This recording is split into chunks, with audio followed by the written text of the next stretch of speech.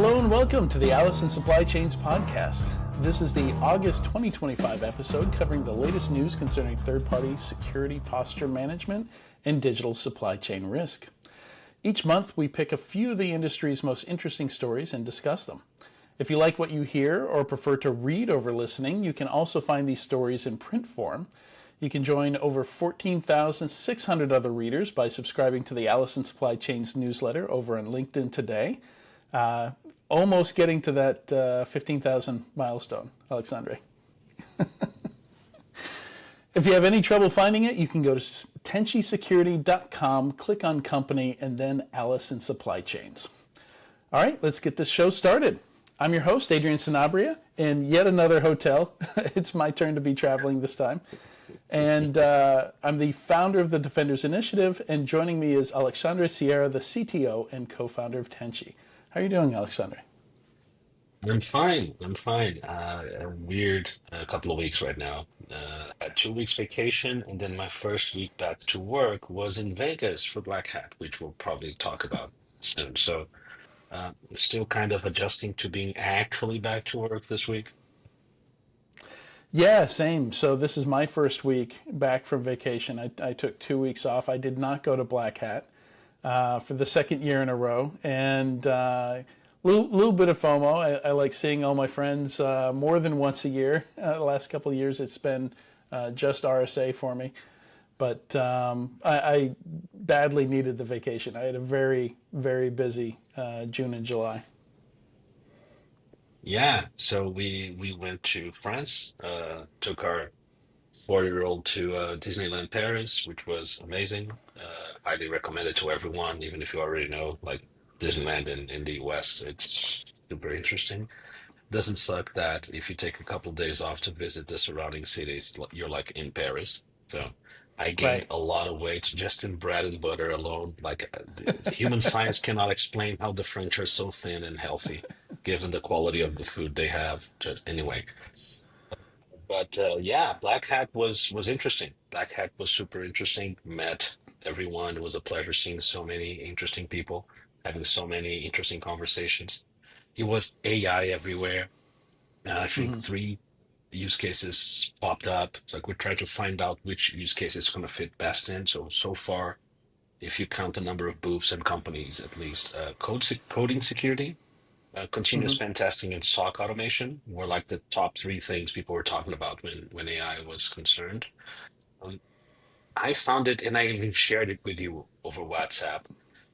Either next year, the casino floor is going to be crawling with booths, or it's going to be forbidden. But like for the first time this year, on the hallway that goes into the convention center where the restaurants are located, just in front Yeah. of the restaurant that used to be called Oriole, but that closed a couple of years ago, Run Zero had a booth. It was not on the business hall, it was on the casino outside of the convention center. I have never seen this before. Like a proper booth, they were doing demos, they were giving out swag. So every marketer there is going to try to do the same thing next year. So either the Black Hat talks to the casino and said, no, no, you don't do this, or you're not going to be able to walk in the casino next year. I'm super curious to Hmm. see which one it will be. And I think that's well timed by Run Zero because they're going after Qualys Rapid 7 Tenable. They're looking to disrupt the I guess we can call them legacy solutions now in the vulnerability management space. A lot of activity, actually. I went to a dinner of Empirical Security, which is a company that's being founded by Mhm. Ed Bellis and Michael Reutman and Jay Jacobs. So Ed Bellis and Michael Reutman, previously from Kenna Security, that was acquired by Cisco and was in the vulnerability prioritization space. And they're being joined by Jay Jacobs, up until very recently at Scientia, which we both know and love, and also one of the creators of EPSS, Mhm. the exploit prediction scoring system. So super interesting company, but just a sign of how many companies are going back into that space. So Yeah, something to I watch for have further. access to the product. I've been using the product actually. Interesting, interesting. So you're ahead of me. I'm gonna Yeah, try to and get. and there are at least two or three other companies that I know of that are jumping into the space as well. Jeremiah Grossman, Yes. And Arsenic, I believe, are doing something in the space as well, though they haven't totally come out of stealth yet. Mhm. But we know it's going to be in the vulnerability management space. Who knew we had more vulnerabilities to fix than we are able to? Well, Still a problem worth solving. yeah, and it's a problem of our own creation, right? Like most of those vulnerabilities aren't worth fixing, right? Only a very small portion of them, if you're looking at it from a risk perspective. But but yeah, really challenging space, and yeah, I hope they do well. That is the vast majority of advisory calls that I take is on vulnerability management from companies that are overwhelmed. All right, well, let's jump into the stories here. Our first story, I've started bundling stories together when there's multiple stories kind of showing the same things or on a similar trend. And this one is third-party outages disrupting operations for other companies. We know, so we've got examples, obviously the big CrowdStrike incident that was unintentional, that was an accident. But huge impact coming out of that. Malicious actors are doing this on purpose. They feel like they can get a higher likelihood of payout on extortion if they take down revenue producing operations. And I don't know if that's actually happening, but yeah, it's really interesting to look at, especially as one of the buzzwords that we're seeing pop up. I don't know if you saw it at Black Hat at all, but resilience and cyber Yeah. resilience is a common theme now. Hmm. I think largely thanks to ransomware and Hmm. companies taking weeks or months to fully recover from these things. Yeah. That one Marks and Spencer just announced the other day that they fully recovered, and it's been something like 4 months, and that's, you know, I can't Yeah. imagine their BIA said, yeah, 4 months is fine for tier Yes. zero recovery. And I think that's not like for the longest time, like we talk about the blinky boxes and information security, where we have this fetish with remote command execution. But if you talk about business risk, most of the business's concerns, like they weigh, like availability is part of the information security triad, like confidentiality, integrity, and Yep. availability. And it's last but not least, actually, in most businesses' minds, when you talk about to business people about business risk, availability is at the top of their list because it can Yeah. mean lost revenue, it can mean lost contracts, it can mean not fulfilling SLAs for your customers and having all sorts of long-lasting impacts. Whereas, unfortunately, most confidentiality, for example, instance, even though we talk a lot about GDPR and privacy, etc., the companies themselves that suffer those breaches don't have long-lasting impacts in general. Like I always forget Yeah. who published it, but there was a study a long time ago looking at like stock impact of companies Hmm. that impacts on stock price of companies that suffer breaches, and they recover in a couple of quarters. Even CrowdStrike. Yeah. The first thing I said when the CrowdStrike incident happened and their stock dipped, don't follow my advice for investing. I'm not a investment banker or anything, but to close friends, I said, now's the time to buy them because if that study is Yeah. right, they're going to Yeah. rebound, and they did, and they're And they doing did. super, super well. Yeah, Yeah. unfortunately. Yeah. You can lose all your customers' data, and as long as the lights are still on, you can keep making money. But that's not true when the lights go out, right? Yes. For particular types of businesses. Yeah, so the two examples I have here, the first is by John Monahan of the Luxembourg Times. So Luxembourg had a cyber attack that hit Post Luxembourg, which from the name sounds like they'd just be delivering mail. But for such a small country, they have one organization doing a lot of different things. So sure, they're delivering mail, but they're also a bank. They're also a telecom. So they're a broadband provider, mobile telecom, phone services, all that go through this company, and all that was interrupted. all that was impacted by this attack, leading to outcomes like flight delays at Luxembourg airport. So that this was a big wake up call for them. I was kind of spent some time going through the Luxembourg government websites and looking at press releases and news items and stuff like that. And this cyber attack, and they've had a few in the past, have led to a lot of discussion around resilience for that company, because they have so many eggs in one basket. They're such a small country. They don't have any geographic diversity. They only have so many internet connections coming in and going out, right? Yeah, yeah, it's a huge problem. So the so interestingly enough, the post in Brazil also does a lot of things. If you think about it, they already have like physical presence and distribution networks to so many small Yeah, towns, but sometimes it's one of the few things, like there's a gas station, there's a post office, and there's a small market. I won't even say a supermarket. So they become yeah, part of that's small town's critical infrastructure. So they start accepting, they become like a banking correspondent. They can pay bills. They become a way for you to have telecommunication services just because they own that distribution. And sometimes they're losing money on those small towns. So adding more services using the same physical infrastructure is a way for them to kind of balance go into the black instead of the red, essentially, right? Um, and the thing here is that you look at Luxembourg and the airports had issues, like the check-ins had to revert to manual processes because they lost connectivity to the mothership, right? And so that's why you had flight delays.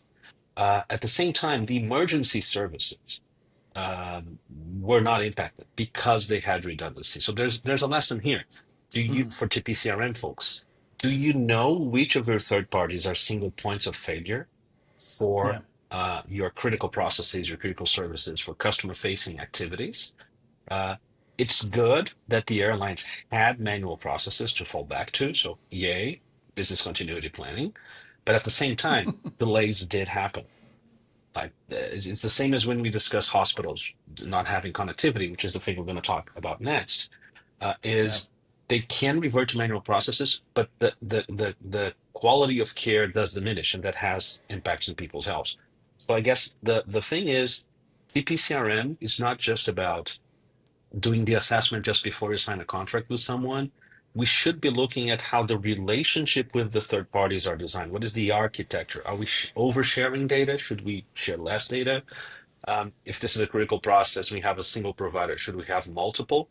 There are pros and cons. Like you get bigger redundancy, so availability, but at the same time, you may be sharing data with two companies now, so it's twice as likely, quote unquote, to leak as far as confidentiality is concerned. So it's not a free lunch, but it's something you should be thinking about as a TPCRM function in a company. And I find that very few companies have that list of who are the third parties that are single point of failure and have gone through yeah. the actual process of thinking about this explicitly and either deciding we accept that risk or no, let's design some redundancy, some other way of handling with the scenario where they go down. Yeah. Yeah, it's you definitely don't want it to be a surprise, because there, yeah, I guarantee you, in a lot of businesses, there will be third parties that don't occur to you, that they're showstoppers until it happens, until that third party goes away. Yeah. So the next story in this group of stories, where we're talking about resilience here, is a study that was done by the University of California, the San Diego campus, and this was covered by Andy Greenberg with Wired. And the study found that I think it was 759 hospitals were directly impacted by this CrowdStrike outage. We know CrowdStrike has a huge market share, and I think it'll be interesting if we one day get a report that discusses the total impact to the world from that outage. This is just talking about U.S. hospitals. So just imagine, extrapolate to other industries, to other parts of the world. CrowdStrike is very much a global company with a global customer base, and yeah, I imagine it would be much bigger. But I found the methodology that they used very interesting here. They had a mix of folks who were IT savvy and cybersecurity savvy, and medical professionals that understand the importance of different systems. And it seems there's this Project Lantern and this like an agent that hospitals install on some critical systems just to share publicly the uptime of those systems. So I had no idea that this was a thing before reading this study. And then the other data, they just use data from Census, which is one of many companies out there that scan the entire internet on a very frequent basis. And it looks like there was a 3-hour delay here, so we know down to the smallest unit of 3 hours what the uptime was on some of these hospital systems. And and yeah, that's how they gathered this data. That's how they determined that these hospitals had downtime here, that incurred some downtime that would have affected patient care. And to do that, they categorized the resources that they were looking at into 4 categories: patient-facing, operationally relevant, research relevant, and then not relevant or unknown. So, and that's kind of the order in terms of priority here. You know, something you need to keep patients alive, you know, whether that's tests or scans, the equipment that rely on computers, you know, to answer doctors' questions before they decide on a course of action. And then what you need for doctors to access systems to get patient data, to clock in, clock out for nursing staff, things like that are operationally relevant. Yeah, the thing that, so first of all, they mentioned that about half, a little bit over half, like 58.1% of hospital recovered within 6 hours. And Mm-hmm. six is a multiple of three because they only measure every 3 hours, so it might be less actually. So kudos to Yeah. those hospitals. This actually surprised me positively that these many hospitals had the planning, the resources in place to recover that quickly from such a catastrophic event. Right. So kudos to those 58% of hospitals, and the other 42% of hospitals. Like, look at that example. You should be doing that, what the other guys are doing, right? So, Mm-hmm. again, business continuity planning is interesting.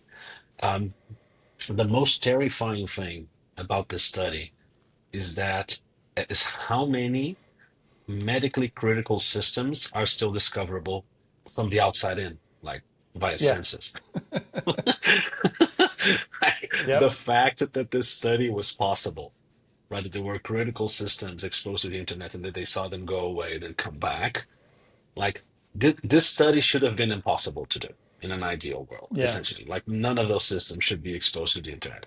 I mean, none of them. There might be interfaces that the patients themselves use to see their own data, so that has to be internet facing. Like, you're not going to force every patient to install a zero trust agent on their phone or whatever, right? So within reason, but they had other things in there as well, not just that. And so that's another advice I would give. Uh, and just minimize your external attack surface as much as possible. That's just good, sound security advice, and make sure your third parties do have that. We usually beat up the fact that TPCRM folks are just looking at outside in data uh, or evaluating how secure the third parties are, and I still consider that to be a horrible idea. But please continue doing outside in. Just don't stop there, because the Right. Right. making sure your third parties do minimize their external attack surface is a good thing. And by the way, do that for your own company as well. It's always a good idea. Yeah. It's not bad data to have. It's just not enough. Right. Precisely. It's nowhere near enough. Yeah. And and this isn't super surprising, given that you know, hospitals understand the importance of uptime. You know, availability for a hospital directly impacts mortality at their at these organizations. So, you know, while recovering in within 6 hours sounds great, I don't know exactly where that cutoff is. I've heard people say as little as 30 minutes of downtime of a system can have a huge impact on that mortality rate. That depending on the hospital and how close to its limit it is, a lot of hospitals are just right on the brink. Like one small thing, and you can have some cascading effects on patient care. Also, I put hospitals, so not every healthcare company, but hospitals, kind of in the same bucket as retail, in the sense that Hmm. sometimes they do understand the importance of cybersecurity, but they're not super IT savvy organizations in general. Like the culture in retail is sales, right? And in healthcare institutions, it's run by doctors, which are not on average super IT savvy, and that kind of fuels the culture of where to Yeah. spend money. They'd rather have the shiniest new equipment that's going to provide better care, but not necessarily think about the IT infrastructure necessary. But also margins. Like we think of the Yeah. healthcare facility because we think of the large health insurance companies or brokers making a ton of money. And doctors are well paid, to be honest. But the hospitals don't make a ton of money. Their margins are not super great. So Hmm. they don't have a lot of money lying around to invest in IT or other things. So that's a limiting factor as well. Yeah. Yeah. All right, our next story here. This was Clorox was just one of many that got hit. I think by scattered spider, but but this one is notable because they actually sued their third party. So we, especially more recently, the Clorox breach happened in August 2023, but more recently we've seen UK retailers, all kinds of different industries in the US get hit by this.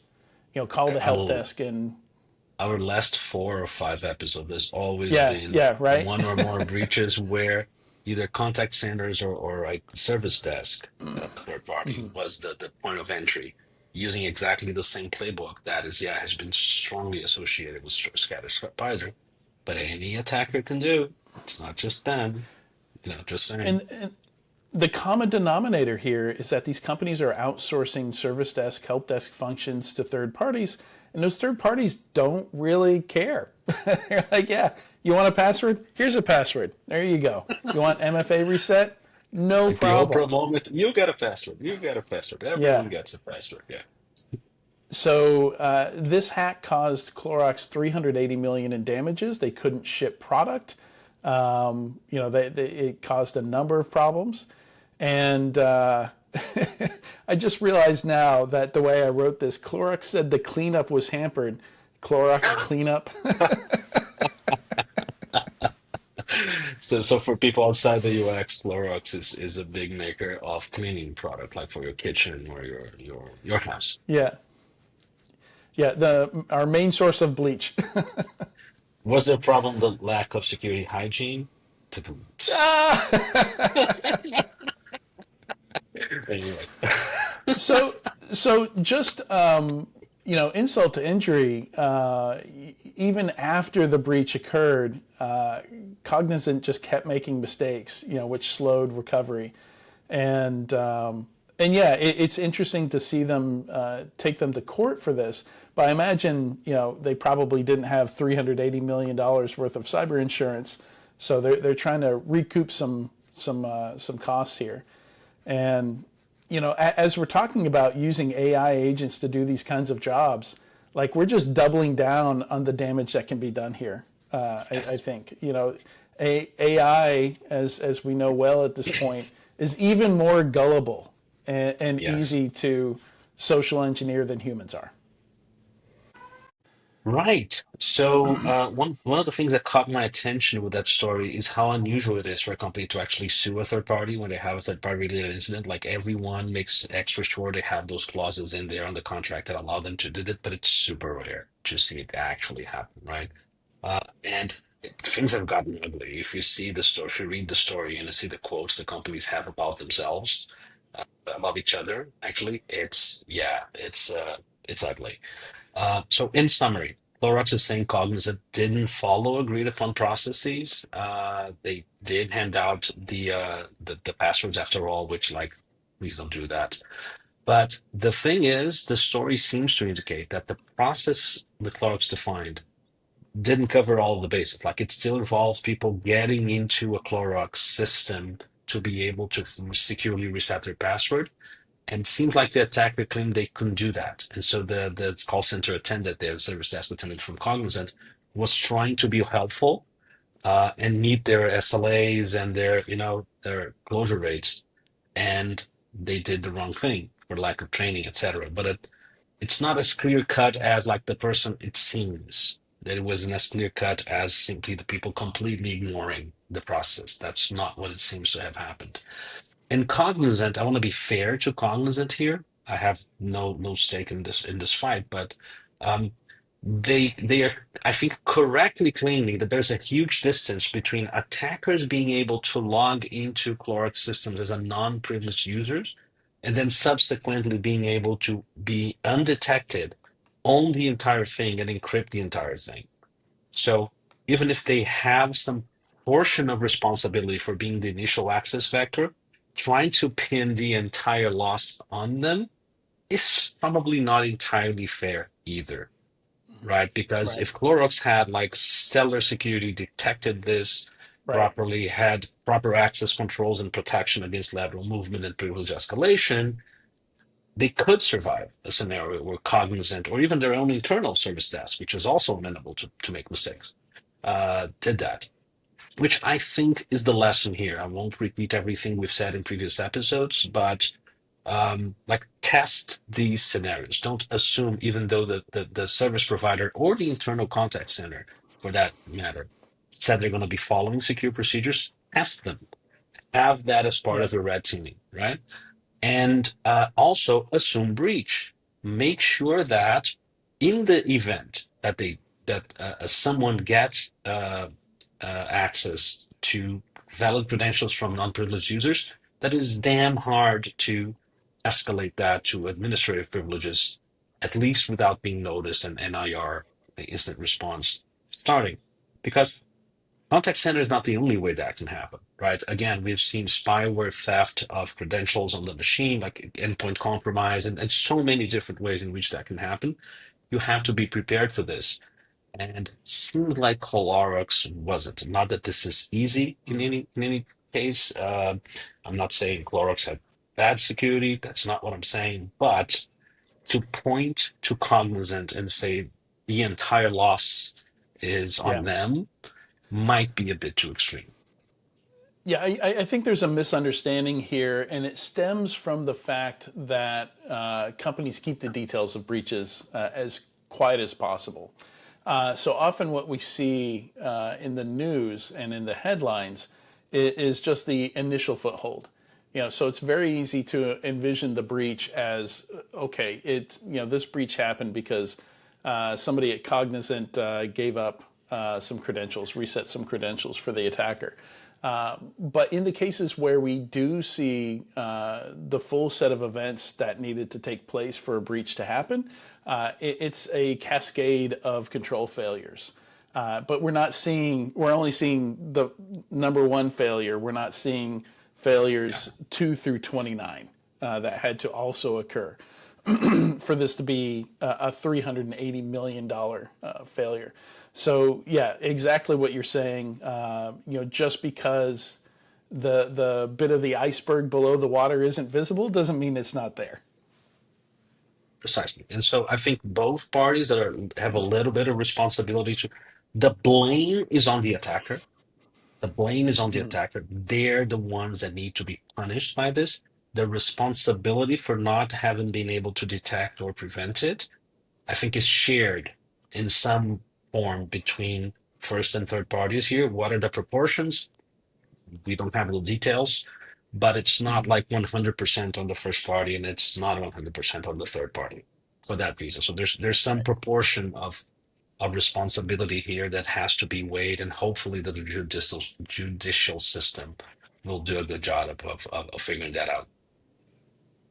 Yeah, that'll be an interesting precedent for sure. And I haven't seen. I wonder if they're still using Cognizant, or if they fired him or stayed with them.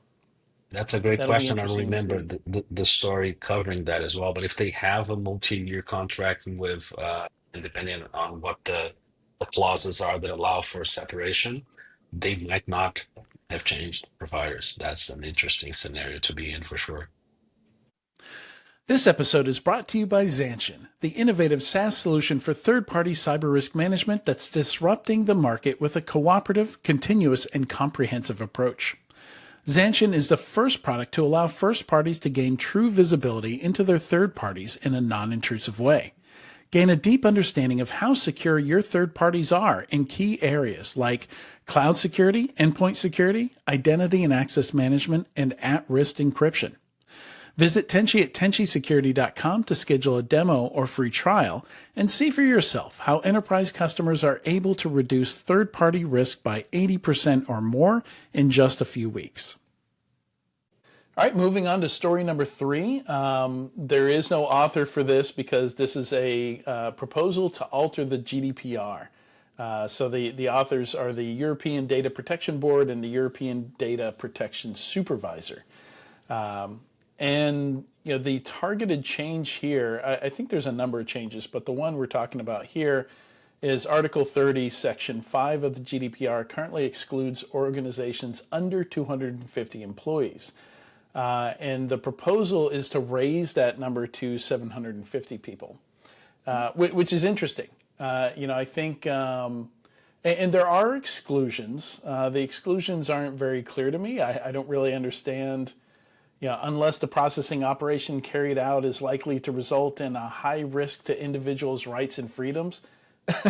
that's a pretty vague statement. You could you could fly a 747 through that statement. I don't know, but yeah, you think about companies aren't the same as they used to be. I don't think risks necessarily scales with number of employees, so I'm not sure number of employees is the right metric to set thresholds with. That's a challenge. So that's the difference between maybe a compliance standard and legislation, is that a lot of the details are sometimes left to either subsequent clarifying legislation or to case law or jurisprudence if you're not on a case law legal system, which is like it's up to the judges and the history of how cases were decided, right? Which is can be a feature. It's not necessarily a bug. The fact that it's vague, it means that you can adapt and adjust to the conditions on the ground, right? Um, I actually like this. I feel like this is a move in the right direction. One of the things, for example, and I know I have a huge respect for PCI DSS. We just talked about how, like in retail, it's very hard to get things done security wise, and PCI DSS is one of the few things that actually moved the needle, like forced a lot of even large retail organizations to implement security. And I think legislation also does that job. The problem with both GDPR and PCI DSS is that ideally, you should incur a cost in security that is kind of proportional to the assets you have.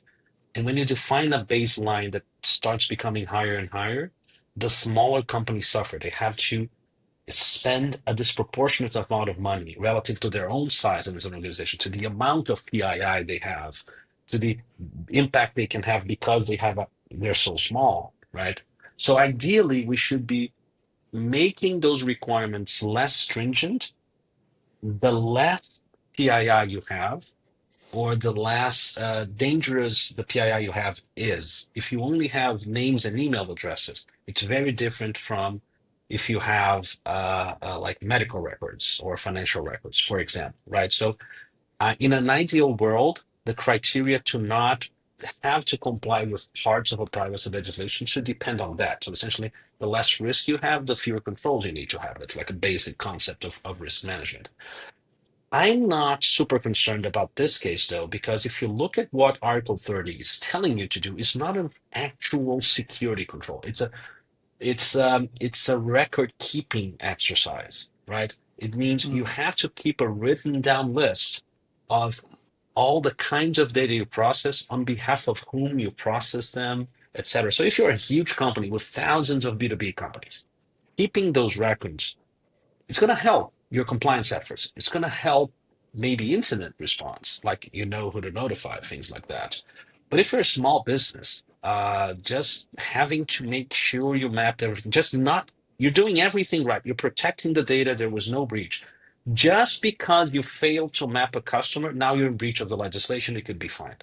Like that's, you know what I'm saying? Like this is like meta Right. controls. It's not a security control. So I'm not going to cry over this. I think this is actually a step in the right direction. I think if Europe is able to maintain proper security and privacy controls over personal data, but lessens the assurance burden and the record keeping burden of doing that, I think they're moving in the right direction. They're going to make it less bureaucratic, but still, if you know, you have to encrypt the data, you have to minimize the data you collect. You have, you know what I'm saying? You are punished if the data is leaked, no matter what you did. So that's the most important part. If they keep that for everyone, but they lessen the bureaucratic requirement and assurance requirements for everyone else, this could be a good thing.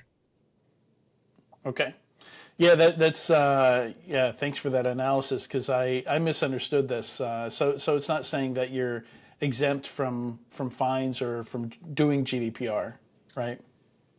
Only from the requirement of Article 30, which is you have to keep records of what Mm. kinds of data processing you do and on behalf of whom, and so on and so forth. So, So I mean, tiny change, but a tiny step in the right direction. so it's I like to think of the extreme examples. And do you remember how many employees WhatsApp had when Facebook acquired it for 19 billion?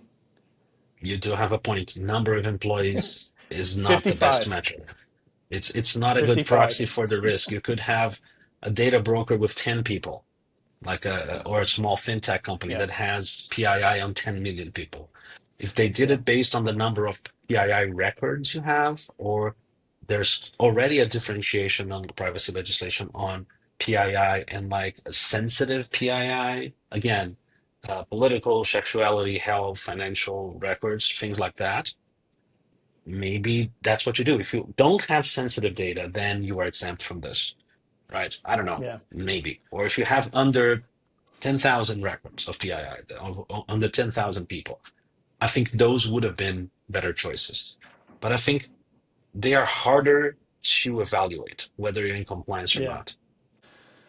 All right. So speaking of GDPR and the EU, we get to revisit another topic here.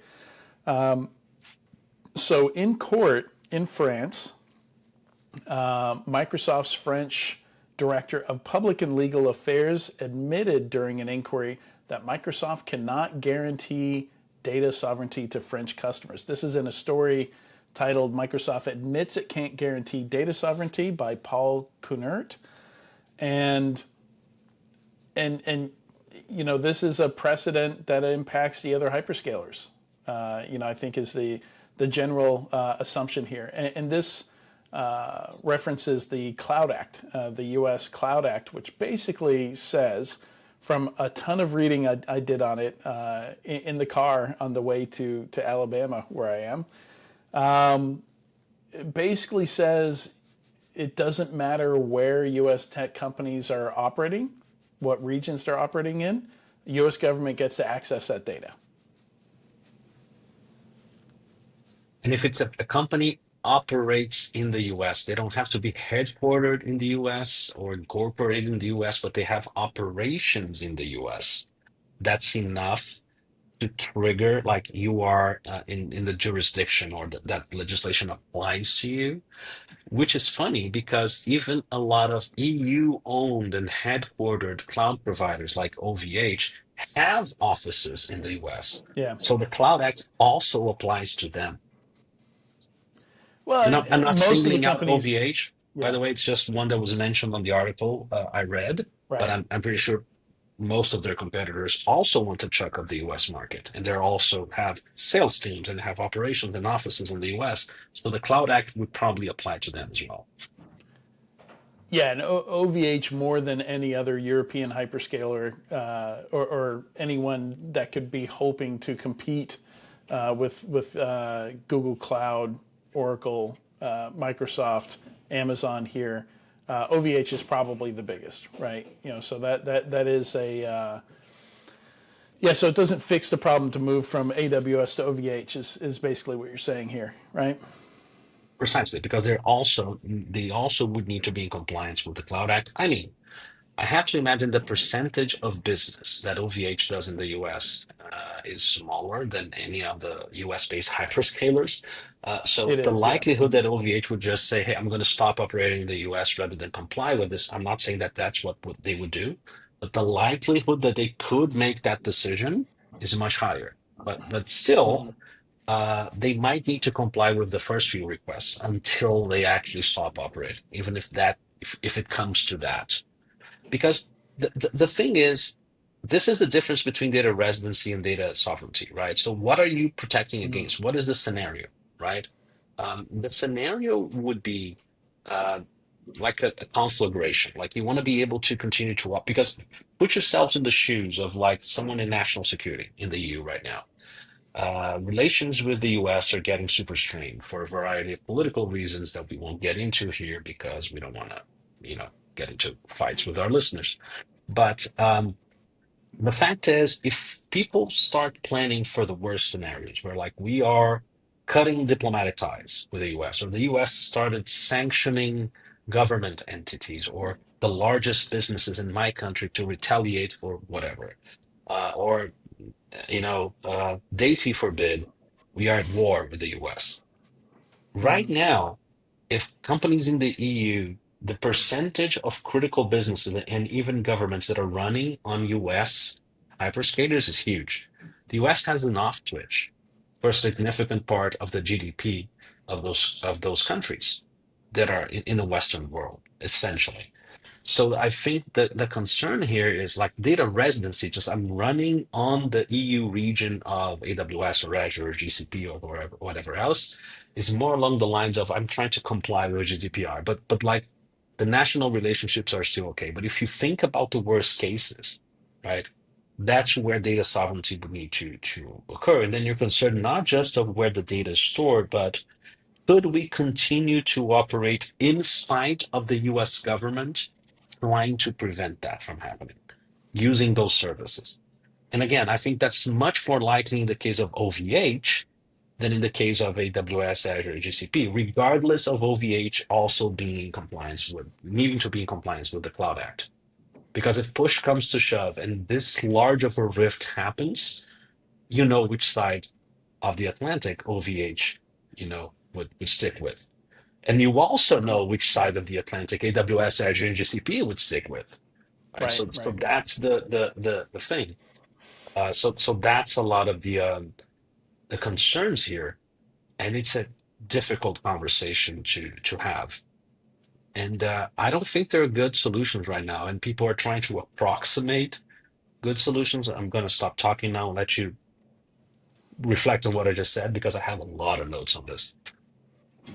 I do too. Yeah, yeah. A lot of thoughts here. Like the only I can only come up with two big reasons that data residency that you would care about it, right?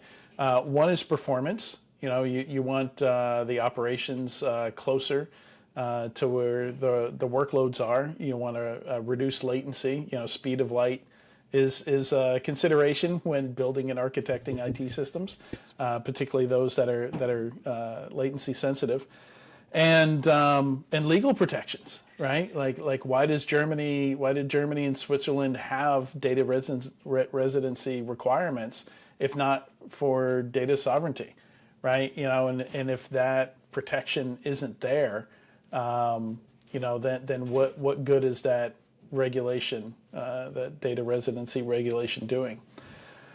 And then the other side of this, when we come at it from the more practical perspective, they do point out, Microsoft points out that there have been little, if any, tests of this. I think the one case that everybody goes back to, it was some kind of drug enforcement case with a Irish citizen and the data was on Microsoft's uh, Irish pop, and they fought it pretty hard.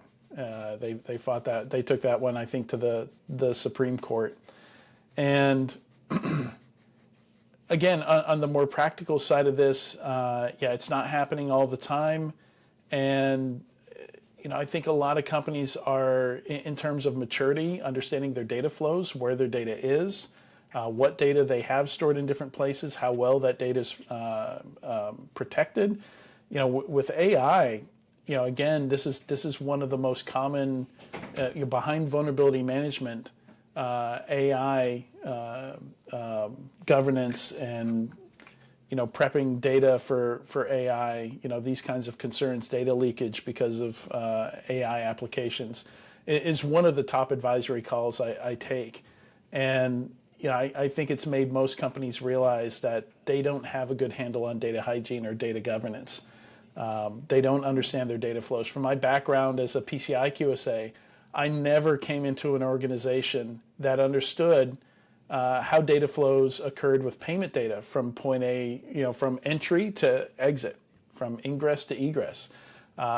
People understood portions of it, but no single individual, and there was no diagram that actually showed all the points of entry and exit until I got there, and we were kind of forced to go through this exercise as part of the PCI process. And that's not even a requirement. That's before you even start going through the requirements. You need to have a Yeah. data flow diagram. So that's the entire And point. Actually, that's one of the points of Article 30 of the GDPR. Like you keep track of yeah, whose data you're processing and et cetera, because they're trying to prevent that from happening, right? So in complex yeah, environments, which is what you're describing, the use of that data goes organically. And by organically, I mean like the cordyceps, like the fungal thing on The Last of mhm, Us. If you watch that show, like every episode, it seemed like they find a different place. They didn't realize the fungus was already in. And so right. that's the experience, right? And data is very much like that. I found payment data in very odd places you wouldn't expect. But that's what you have to do to get to this point where you can even be sure that what data is at risk, before you start worrying about data sovereignty and residency and things like that. So I think there's a lot of work that a lot of companies need to do. It's I'm not saying they should ignore this problem, um, but I think a smaller problem in terms of understanding what data they have, where that data is, how it flows through the environment. And there are technologies to address this. There's encryption technologies, confidential computing. There is a small market of companies to enable confidential computing, which the idea there is even if you got physical access to a rack at AWS and dumped all the RAM, that data would still be encrypted, right? Like even data in memory is encrypted. So you can go to extremes to protect data, even uh, and this is a thing that like Facebook worries about this because they have servers in the Democratic Republic of the Congo, right? In places where they can't guarantee physical safety of their systems and data centers. So they do confidential computing in these locations. Like even with physical access to these systems, you probably, the idea is you wouldn't get access to customer data.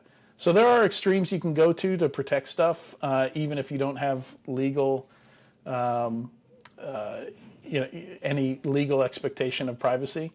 But I feel like most organizations are far from having to worry about confidential computing.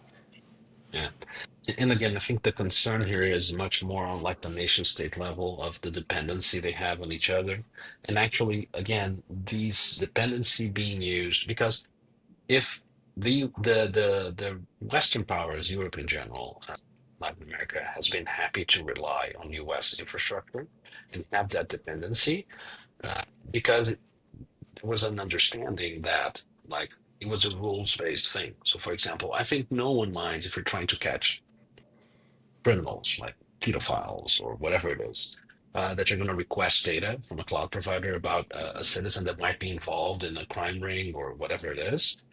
I don't think much like this conversation wouldn't be happening. I think this starts when you see political moves like the judge and the International Criminal Court that made a decision that the US government didn't like become sanctioned. So now he doesn't get to have Microsoft 365 email anymore, even though the International Criminal Court itself uses Microsoft 365. But this one person, this one judge, their account had to be suspended because the US government in a political decision said, I'm sanctioning this person.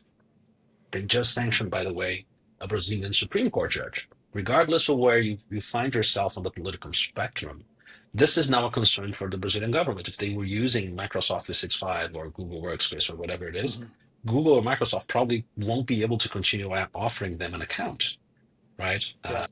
And so that's an issue that countries are going to say, hey, we cannot be amenable to that sort of pressure anymore.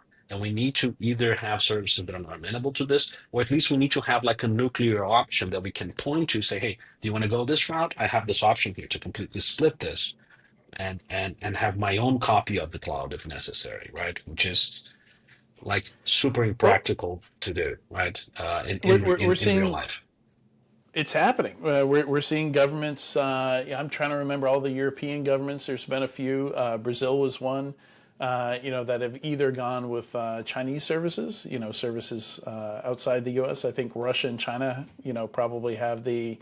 With Yandex and Alibaba, have the easiest ones to move to in terms of features and functionality, but also just self-hosting. We've seen governments move to Linux and open source Office suites and things like that, moving away from Microsoft 365. So it's interesting because if all of a sudden you're running your own mail server, you know, Not a fun. lot of the Yes, SaaS not fun. versions of these products are more secure. They have at least less opportunities for you to make mistakes, configuration mistakes, and Yes. you don't have to worry about patching and things like that. It takes a lot of things off the table, and it doesn't surprise me that this is the thing that legal concerns are the thing that pull people back out of the cloud or away from some of these dominant services.